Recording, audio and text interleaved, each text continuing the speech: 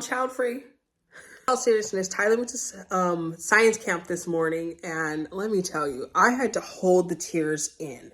Not because I have a problem with crying. I totally love to cry, but you know, I didn't want to cry in front of everybody. I want to embarrass them.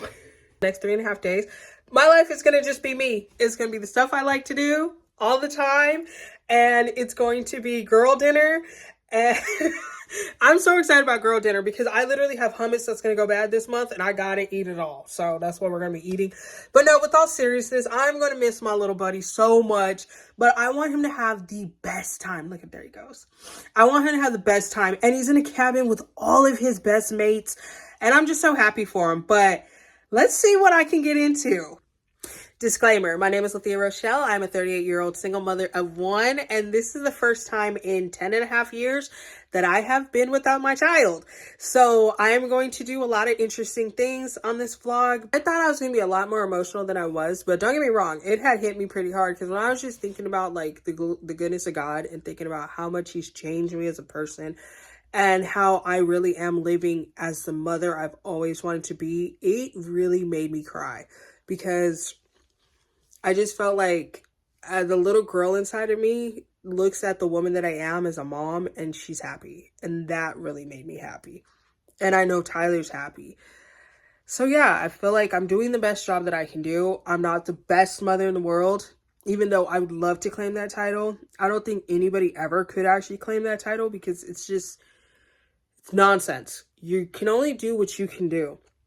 But the question is, are you putting in your best effort? And I can say today, I definitely have been, and I definitely haven't at the same time. Like, there's areas that I'm going to flip around and change. Like, I'm going to use these next 3.5 days to just switch some stuff up. And it's like, you see this pile of crap back here? That in itself, but just get some stuff together before he comes back. Because now I have the time to do it. The way I've been going over everything he needed for camp and just stuck there mentally, I didn't even realize, y'all, I literally went in the house and I was like, oh, I'm in this man conversation too hard. But I was like, wait a minute, we need to put gas in our car. I was like, we need to put gas in the car because the car only has 41 miles to the gallon. And I'm like, hold on. I have been this consumed and caught up in this for like 2 weeks trying to get everything together that I literally forgot I need to get gas. So yeah, last night me and Tyler went to go eat and we had Subway, y'all. The way that sandwich was so good, I want to go get another one so bad. I'm outside of work, so I start work. I work like 11 to later. And honestly, I'm not even tripping about going to work because it's kind of like, I don't want to say, oh, I don't have to do anything.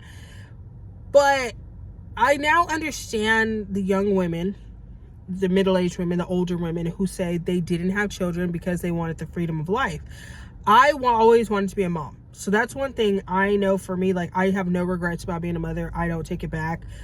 Obviously, I wish things could have went better with his father because I very much so loved him and I wanted to be married and have more children, but it didn't work out, okay? But I always wanted to be a mama. So for me, being a mama is not a problem. I'll never be like, I don't regret being a mother. I will never regret being a mother. I love being a mama. I love my son so much. But at the same time, right?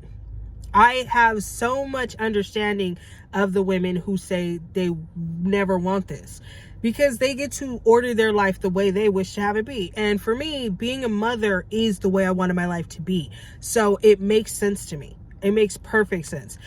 I think the kids just got there. Hold on, y'all. I'll be back. Okay, glory be to God. They made it safely. So the kids are officially at camp. So my time has officially started, guys. I know I said that like a few hours ago that, you know, he was gone. But obviously you still have to wait for your children to make it somewhere safely so you can really be like, okay, into your hands, I commend them because I have no control over this at all. And I think this is part of really a big learning experience for me with God because I was crying and praying last night like, Father, I have no choice but to trust you. And this is something I wanted to work on this year.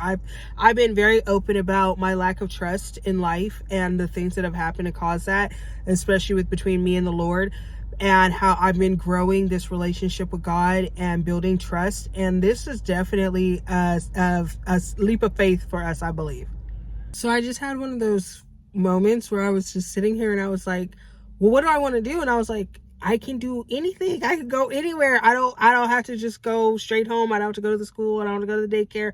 I don't have to show up anywhere. There's nowhere I have to show up to. And it was kind of crazy. And I'm like, definitely this is how life was before having Tyler.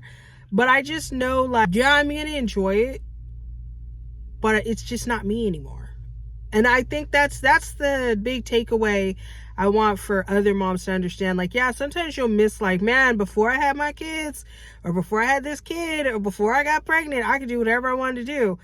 Yeah, you could, you know?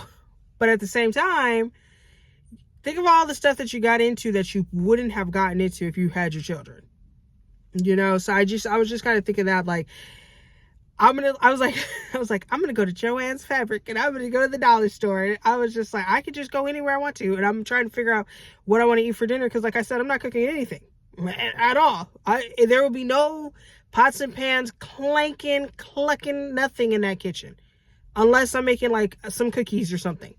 But other than that, I was like, nope. But I'm gonna make like a really nice meal on Friday, though. Y'all, if I never told you, this is one of the happiest places for me, and I always loved coming here. And I'm kind of sad they're going out of business, but I'm trying to see what I can get into, trying to see what I can get for me, because, you know what, let me not even play. I need to go over here first, because, oh, whoa, look, some pretty fabric. Everything's on sale because they're going out of business, and they just opened this one, so it's full of stuff. But I want to go see the patterns. I bypassed the patterns because I just had a conversation with myself, and I was like, you know, you can't read patterns. And I don't know what it is. I've never been able to read patterns. I can sew and I can make them, but I just never been able to read them. So I decided to move on to searching for fabric and other things of interest.